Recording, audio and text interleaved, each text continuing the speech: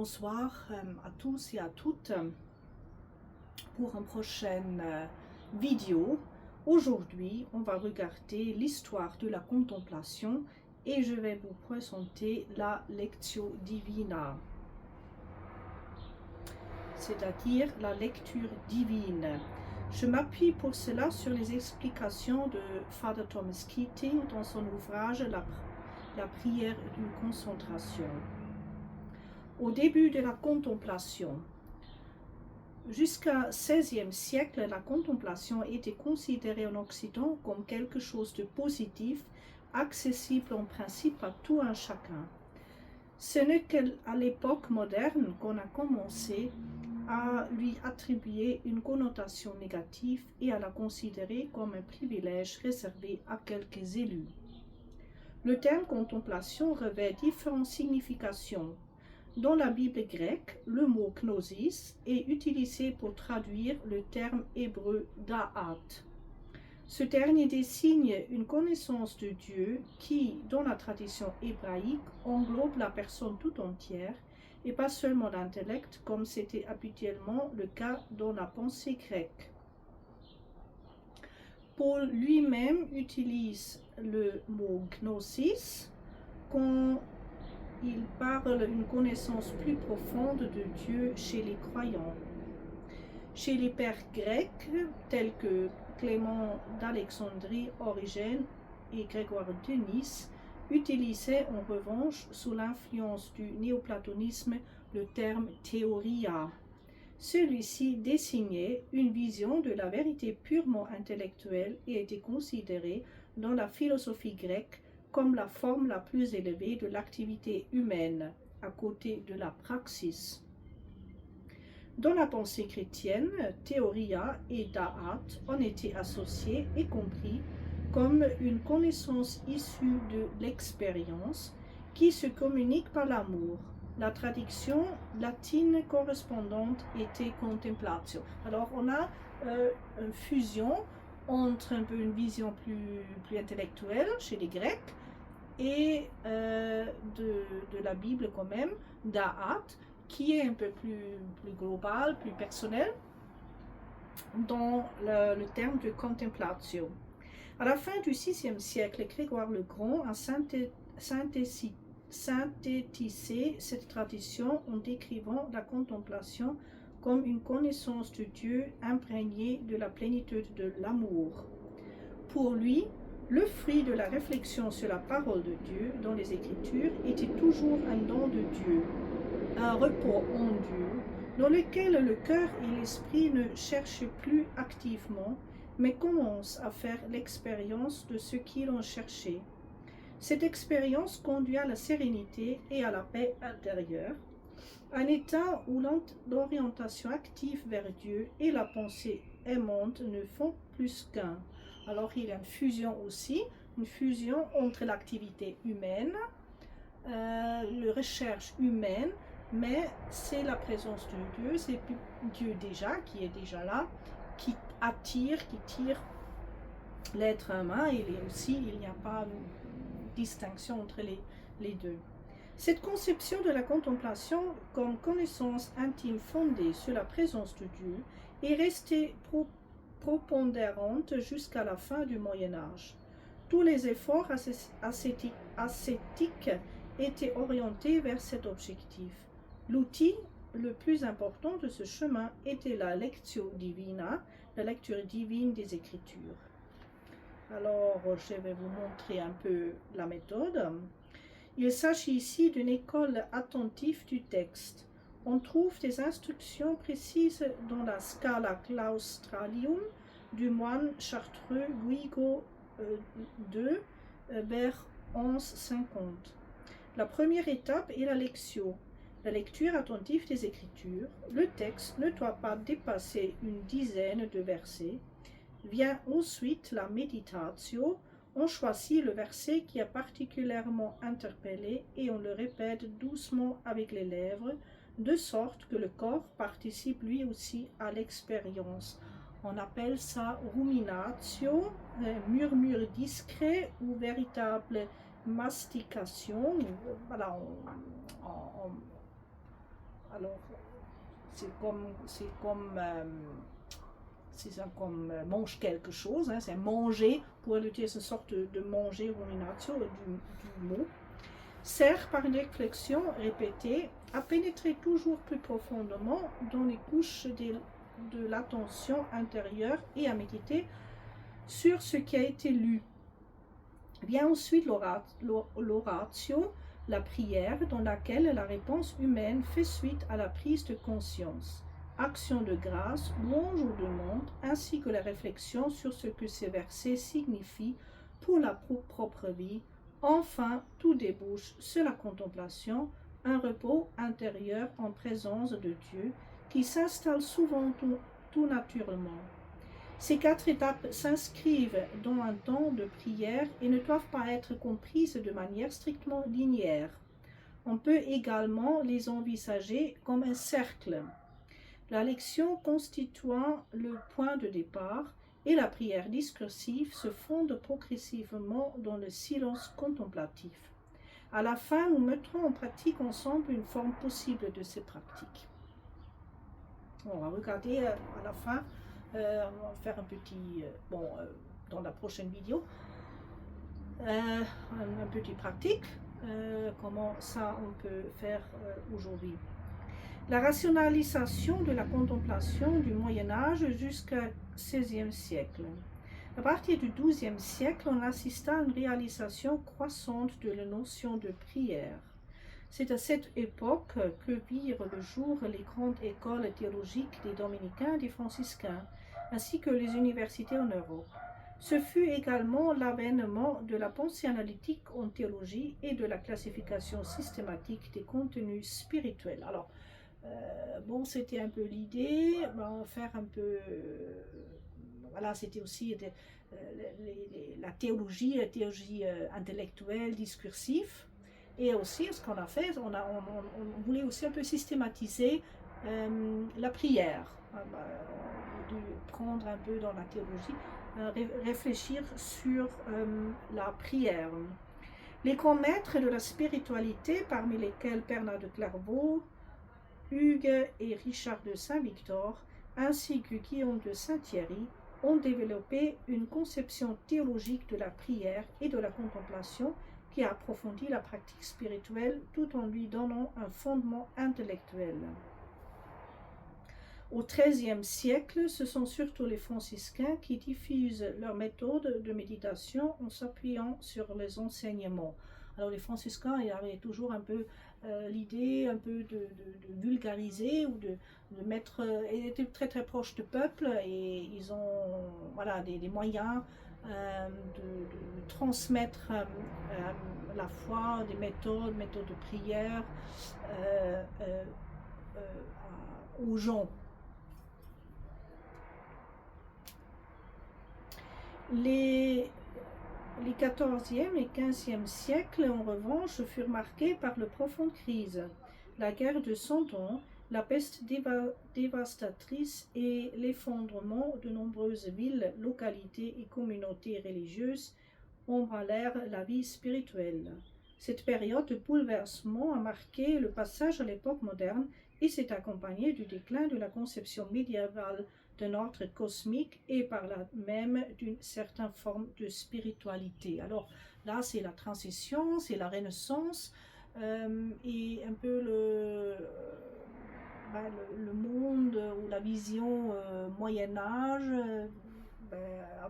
avec l'ordre fixe, cosmique.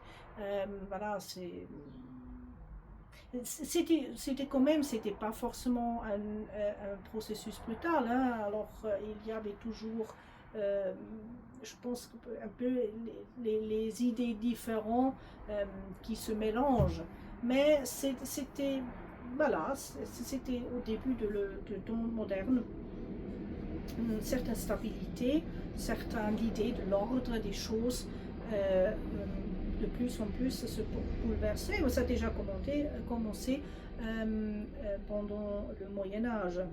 Vers 1380, le mouvement de renouveau de la Devotio Moderna vit le jour aux Pays-Bas avant de se propager rapidement en Italie, en France et en Espagne. se présentant comme une réponse à l'appel à la réforme qui se faisait largement entendre, il cherchait à utiliser de manière ciblée la force morale issue de la prière comme moyen d'autodiscipline. Vers la fin du XVe siècle, diverses formes de prière silencieuse au sens propre du terme ont été développées. Ces méthodes sont devenues au fil du temps de plus en plus sophistiquées et systématisées. Néanmoins, même au cours de cette phase de structuration croissante, la contemplation est toujours restée objectif de toute pratique de prière. Ce qu'on va voir aussi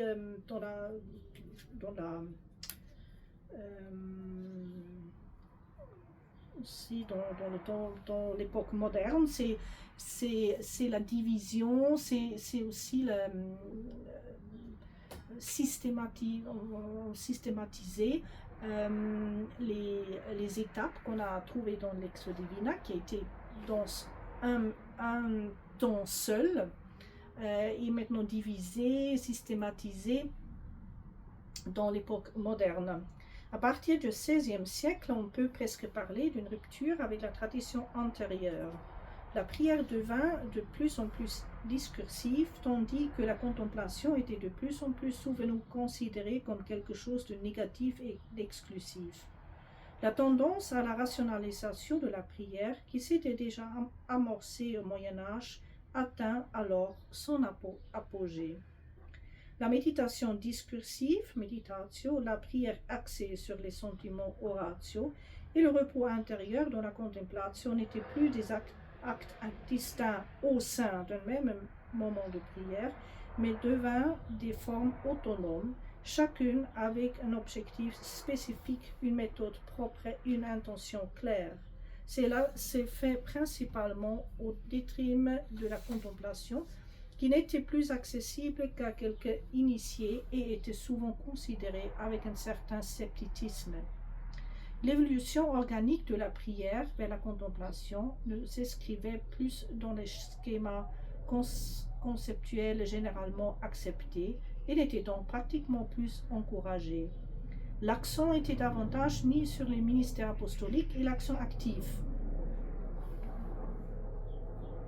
Alors là, il y avait 4 facteurs qui sont poussés un peu les choses en avance. Alors, c'était l'influence des jésuites, surtout l'ordre des jésuites, la controverse autour du quiétisme, le jansénisme et la piété individuelle.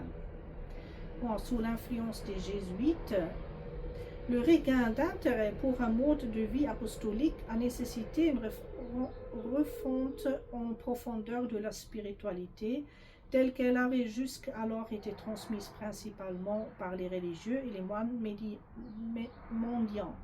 Il convient de mentionner tout particulièrement Ignace de Loyola, qu'il s'est efforcé de transposer la tradition contemplative menacée de disparition dans une forme adaptée à son époque. Et là, c'est très important, ce sont ces exercices spirituels, qui est très connu.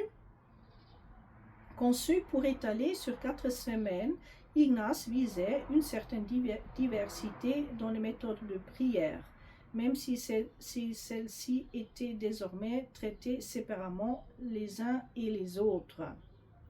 Alors, au cours de la première semaine, c'était la contemplation discursive occupe une place centrale, s'articulant autour des 3 facultés que sont la mémoire, l'intelligence et la volonté. Alors, c'est la prière discursive.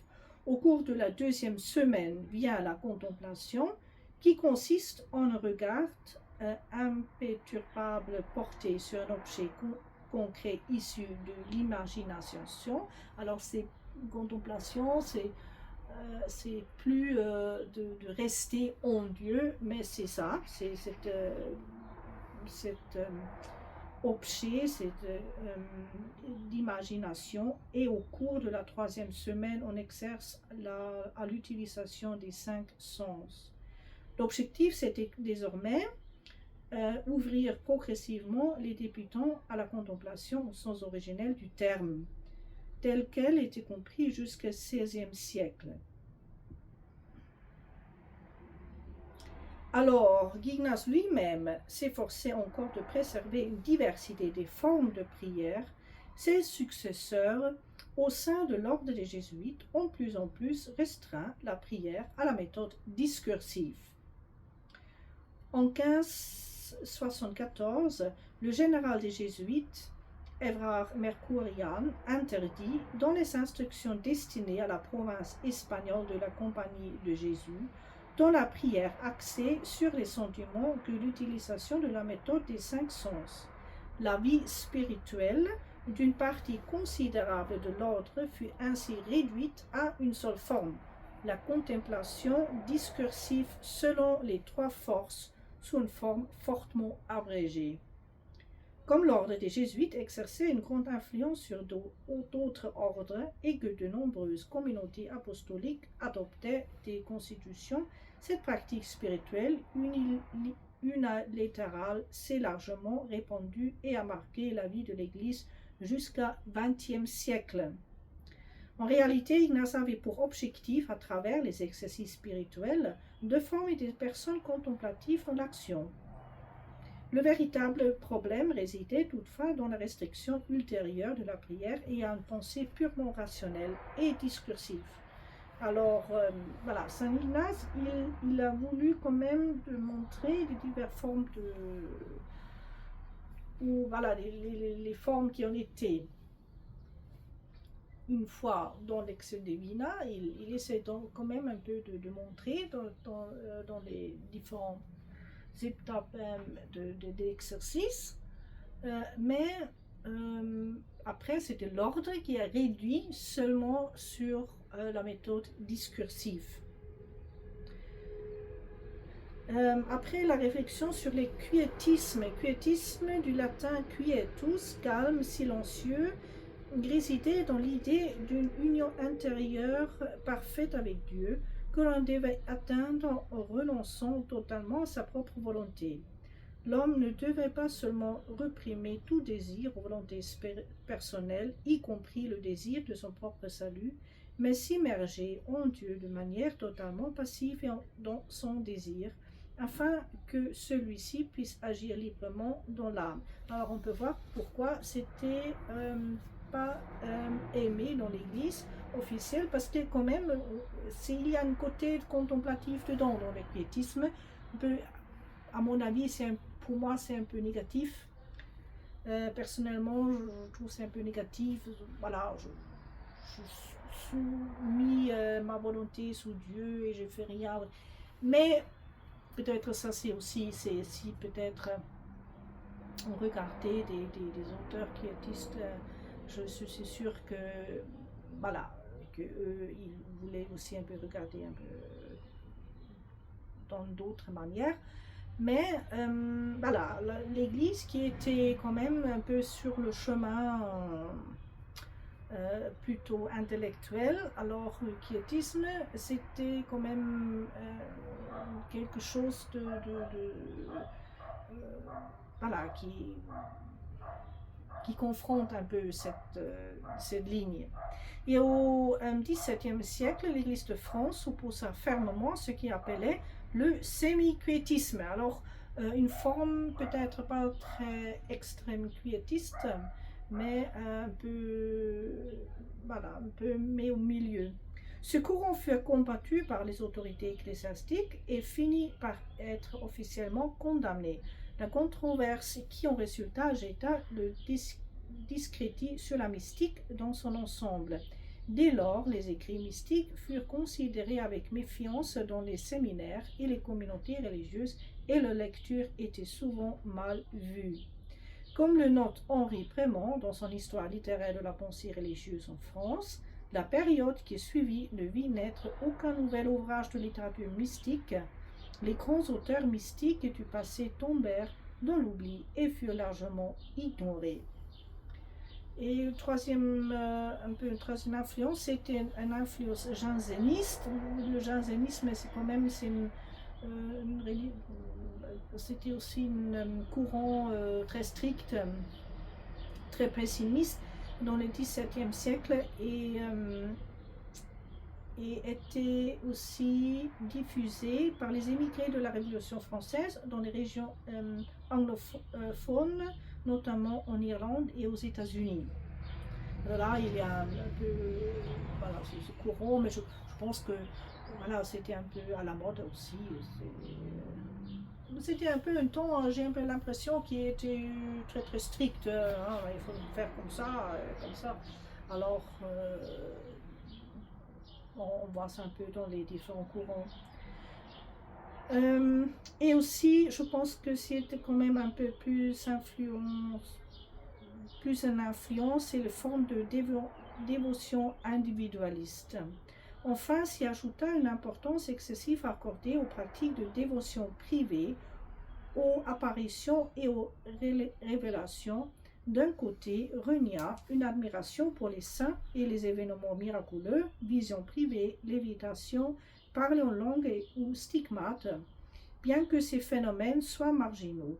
Mais dans le même temps, une profonde méfiance s'installa à l'égard des personnes menant une vie contemplative.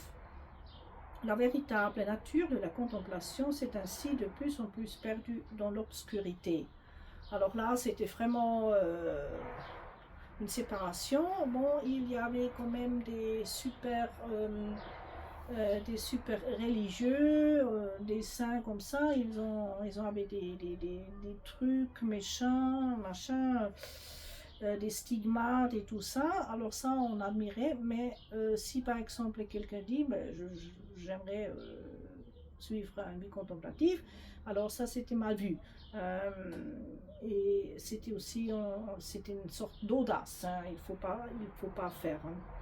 Au XIXe siècle, le rationalisme marqué s'est alors ajouté à la prière. La voie contemplative n'était plus encouragée, voire souvent considérée comme présomptueuse. Le fait de s'en tenir exclusivement à la prière discursive a laissé un sentiment de frustration dans de nombreux endroits. L'esprit a tendance à tout réduire à un seul point. Or, plus personne n'osait rester au-delà de ce point. Dans une simple demeure, il n'était pas rare que cette déception conduise à abandonner complètement la prière mentale. Alors, quand si c'était passé que, voilà, on fait la prière discursive ou la méditation sur telle chose, et tout à coup, si la personne entre dans un état plus contemplatif, alors ça c'est resté en Dieu. Là c'était mal vu, alors on essayait d'écarter cet état. Et c'est voilà, pour le cerveau, c'est très très frustrant, on pourrait le dire.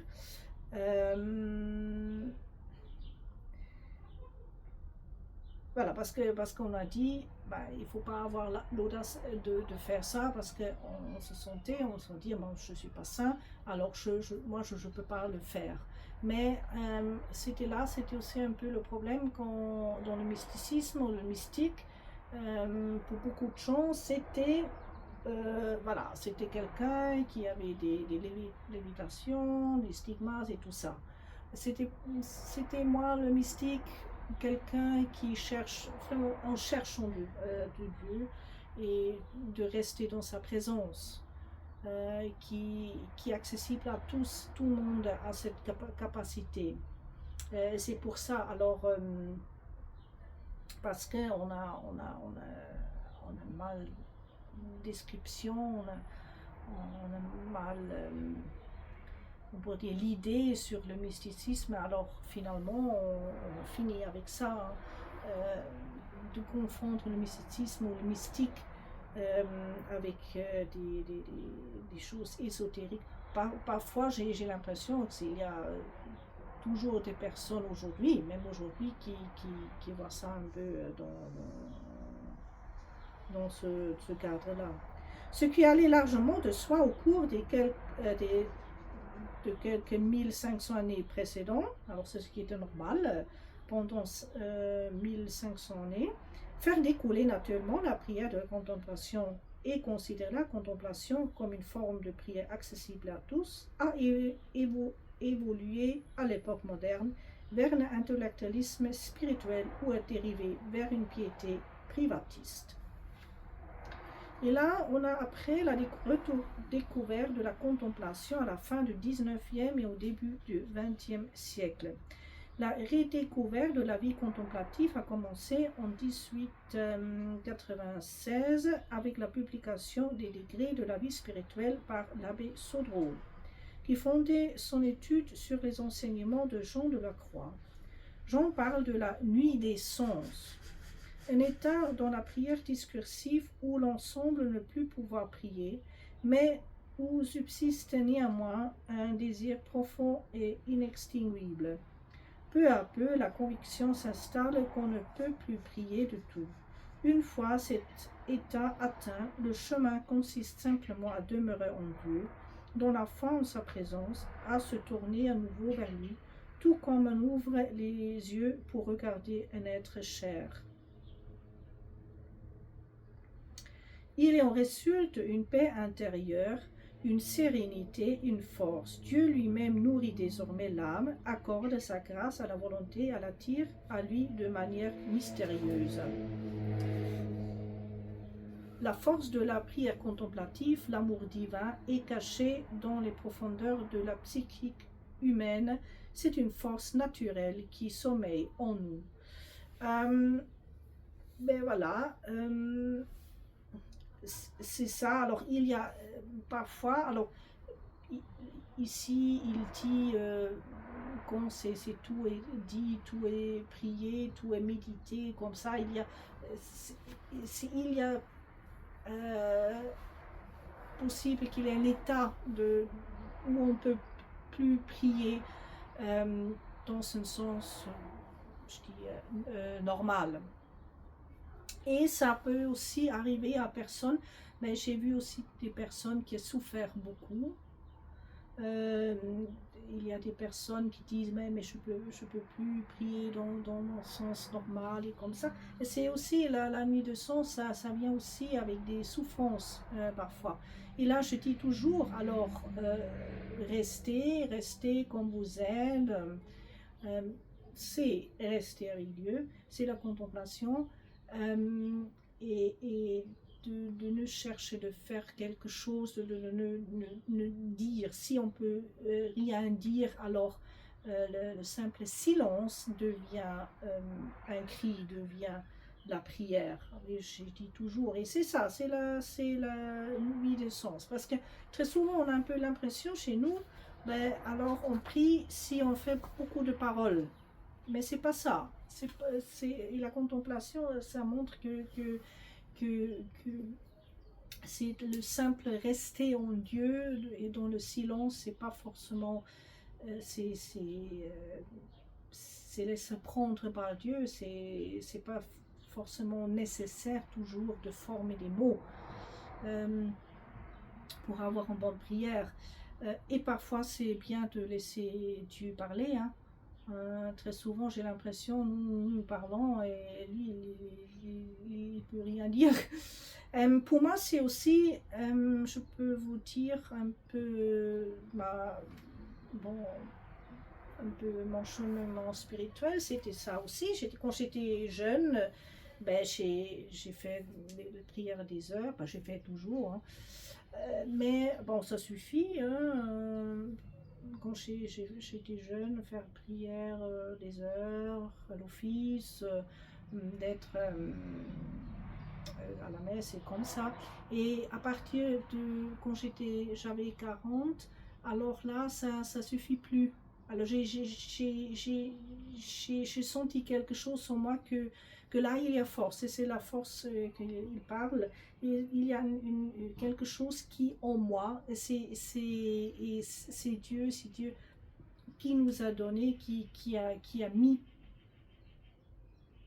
mis sa force en nous, comme une force, on pourrait le dire aussi naturelle, qui est en nous.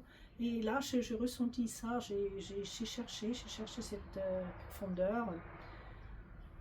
Bon, pour moi, c'était un peu mon cheminement m'a mené chez les jésuites aussi, et mais pas l'exercice spirituel, mais plutôt sur le zen. C'est pour ça que j'ai pratiqué le zen, mais avec ces méthodes contemplatives, je retrouvais cette profondeur que j'ai toujours cherchée. Euh, et cette profondeur m'aide beaucoup. Même je lis la Bible, j'ai fait la messe et tout ça. Alors c'est ça, c'est une profondeur contemplative qui après est dedans dans toutes les activités. Et je ressens ça de plus en plus. Ça me donne cette profondeur. Et c'est quelque chose de naturel qui atteint pour tout le monde à cette force. Et c'est simplement ça à découvrir et pas des choses extraordinaires ou comme ça de faire ou des lévitations, tout ça. C'est pas, à mon avis, c'est pas important. Ça arrive, ben voilà, c'est une grâce, mais à mon avis, c'est plus important. Les grâces, c'est toujours à édifier l'Église, à édifier la communauté. Ça, c'est très important et pas quelque chose de personnel.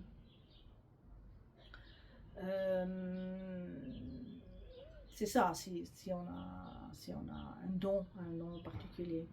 La survalorisation de l'aspect intellectuel de la prière en Occident a conduit au cours du XXe siècle de plus en plus de personnes à souffrir une forme de méditation orientale, sous influence également des bouleversements de la modernité qui avaient déjà pris forme au XIXe siècle.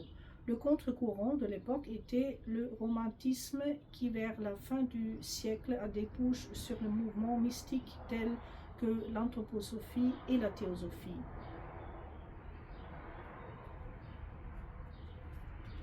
Alors il faut voir que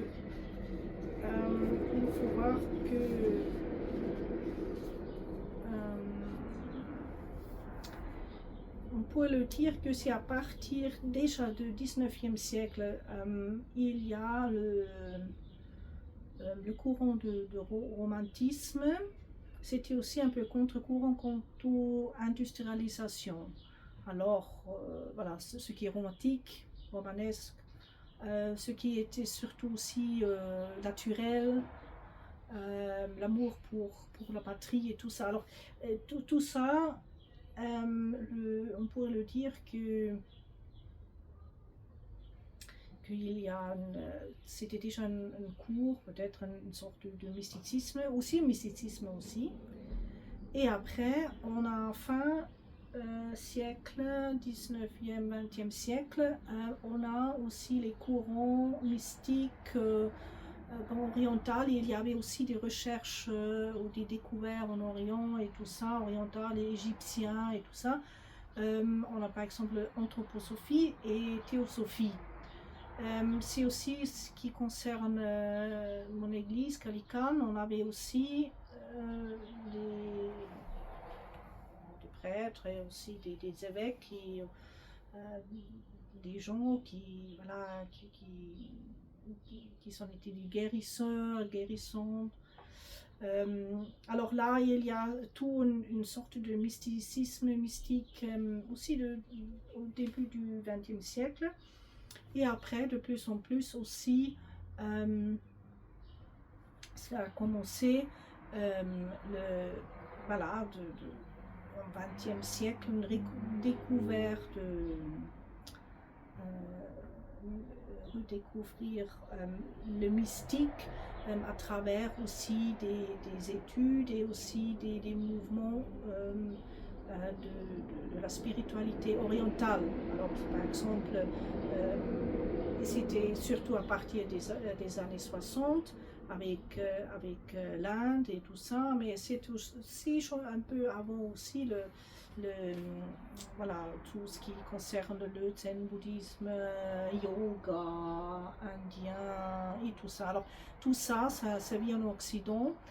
Et à partir de ça, surtout aussi à partir des années 60, on pourrait le dire, c'est un véritable dialogue interreligieux qui déjà commencé avant, mais là de plus en plus était intensif. Alors on a le zen bouddhisme tel quel en Occident, on pratique, on fonde des communautés, mais aussi, par exemple, on essayait quand même faire une inculturation par exemple, le zen. Mais tout ce qui concerne yoga, tout ce qui concerne les religions, bouddhisme, hindouisme et tout ça, alors là, c'est un développement,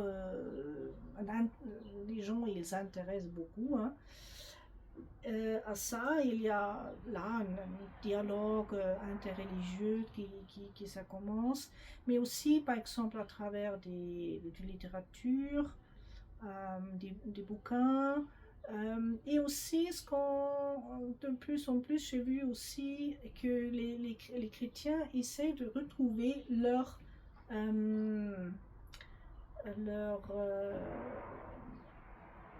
spiritualité ou l'histoire de la contemplation à nous, qui est chez nous. Là, il y a une recherche. Par exemple, en Suisse, on a cette initiative, alors ça vient de la maison de la Salle, des jésuites, Via Integralis. Là, on a essayé de retrouver, de mettre ensemble le zen bouddhisme avec les méthodes de la contemplation chrétienne. Par exemple, dans la maison de la Salle, c'était toujours comme ça. On avait des cours sur la spiritualité asiatique, mais aussi il y avait toujours, par exemple, les exercices, un programme des exercices de Saint-Ignace. Il y a aussi des différents cours sur une spiritualité contemplative chrétienne aussi. Alors là, il y a une sorte de dialogue. Et aussi, on peut voir aussi dans les bouquins, dans les livres, ce qu'on peut lire, très très intéressant. Aussi, des livres sur, voilà, qui mettent un peu ensemble entre le bouddhisme, le christianisme et tout ça. Ça c'est très intéressant. Mais je trouve aussi, c'est très important, et c'est pour ça que je fais ces vidéos, c'est de redécouvrir les possibilités chez nous, les chrétiens, les traditions que nous avons pour pratiquer. Oui, moi-même, ce qui est concerne moi-même, je fais zen, mais pour moi aussi, de faire ces vidéos, c'est une sorte de... Personnellement, c'est une sorte de recherche, personnellement aussi, où je profite un peu de regarder les choses. Je pense que ça c'est très important. Alors, je profite aussi de ces vidéos, je profite moi-même. Et je trouve que c'est important de les voir, de les pratiquer. Et pour moi, ces vidéos sont possibilité de vous donner des méthodes possibles, et vous pouvez choisir ce qui vous aimez, ce qui peut-être essayer pour une vie contemplative. Bon, à la fin, la lection divina par rapport à la prière de concentration. On avait aussi le centering prayer, on avait une vidéo là-dessus. Alors là, je mets un peu tous les deux en rapport. La Lectio Divina et la prière du centre central sont étroitement liées. La prière concentrée, ou concentration, met surtout l'accent sur la quatrième étape de la lection, la contemplation. Elle sert d'exercice pour retrouver la demeure contemplative qui s'est souvent perdue au cours des 5 derniers siècles. En même temps, les moments contemplatifs ne peuvent être considérés isolément. La contemplation doit être associée aux formes discursives de la lection. D'après mon expérience personnelle et la pratique contemplative, les 4 étapes ne doivent pas être comprises comme une succession rigide. Les points de départ sont généralement la lection et la méditation. Mais dans l'esprit de la contemplation, on suit qui se présente à chaque instant une alternance entre l'oratio et la contemplatio avec des retours récurrents au texte d'origine est tout à fait possible et fructueuse. Dans les traditions orientales, ce processus est envisagé de manière circulaire plutôt que linéaire. Ce qui reste déterminant, c'est la capacité fondamentale de simplement laisser les choses se produire telles qu'elles se manifestent, car Dieu n'est pas présent uniquement dans la contemplation, mais en toute chose. Alors ça veut dire que c'est quand même, et c'est important de ne pas aussi laisser décourager. On a en Occident plutôt une vision linéaire. Bon, alors on commence avec ça, et après il faut faire ça, il faut faire ça, ça, ça. Et après on a au but. Mais avec la contemplation, ça ne marche pas. Ben, ça marche, oui, ça marche. Mais ça ne marche pas totalement. Parce que c'est intéressant, il y a... ouais, je ne connais plus son nom, mais il y a un écrit sur, ça s'appelle le Neuf Rochers, d'un mystique de Strasbourg. Et lui, c'est aussi finalement, il dit, quand il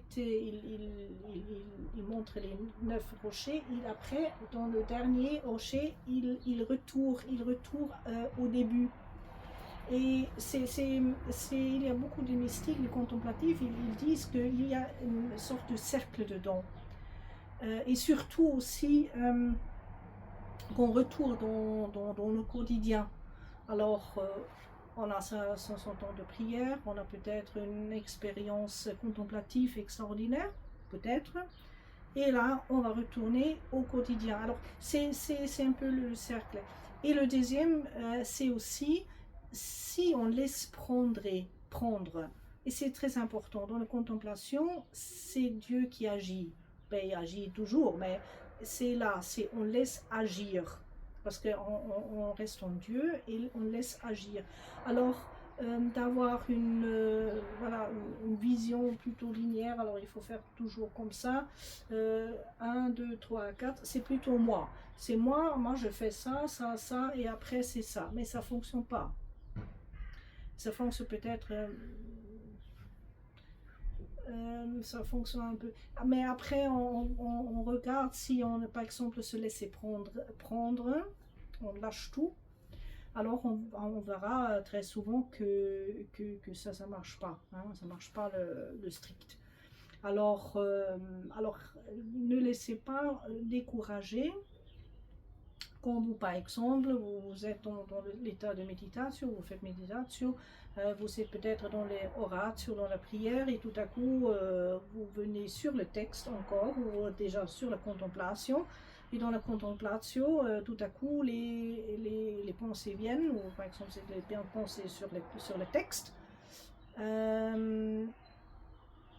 Je voudrais aussi conseiller de se voir un peu plus flexible, être flexible. Alors, pas être découragé si les étapes ne sont pas strictement comme ça, hein, 1, 2, 3, 4. C'est peut-être une direction, oui, mais si vous vraiment lâchez, vous donnez à Dieu, alors ça fonctionne plus. C'est une relation, c'est pas une méthode comme ça. C'est la dialogue, c'est le dialogue avec Dieu. Alors là, c'est important de laisser place à la relation et pas à la méthode. C'est pas la méthode, c'est une méthode, mais la méthode aide. Mais c'est plutôt important que sa méthode aide à approfondir la relation avec Dieu. C'est une relation, c'est une discussion avec Dieu. Alors, il faut aussi un peu laisser partir, un peu à part aussi, parfois la méthode. Pas être tout de moi. Hein. Pas seulement je dois faire ça, maintenant je suis discursif et après. Et aussi pas laisser décourager si par exemple la contemplation ne vient pas. Ça peut être aussi, hein, vous pouvez comme ça, hein, et vous n'êtes pas contemplatif en ce moment. Alors ne laissez pas décourager. c'est le temps, c'est la relation avec Dieu. Ça, c'est le plus important. Et après, les méthodes, c'est ça quelque chose qui aide. On verra dans une prochaine vidéo, on va voir la méthode. Une méthode, j'ai trouvé aussi sur l'internet, j'ai fait un petit arrangement. Ce qu'on peut le faire. Et après, c'est à vous aussi de le faire, de continuer. Toutes ces méthodes, c'est important de pratiquer. Ça doit être pas forcément raffiné, mais c'est important de pratiquer et pas laisser décourager si ça marche pas. Parce qu'il y a mille choses que c'est pourquoi ça marche pas, mais c'est ça aussi, c'est vous savez le cœur, le désir de rechercher Dieu et de parler avec lui. Et aussi laisser le répondre, hein, parfois, ça c'est important aussi.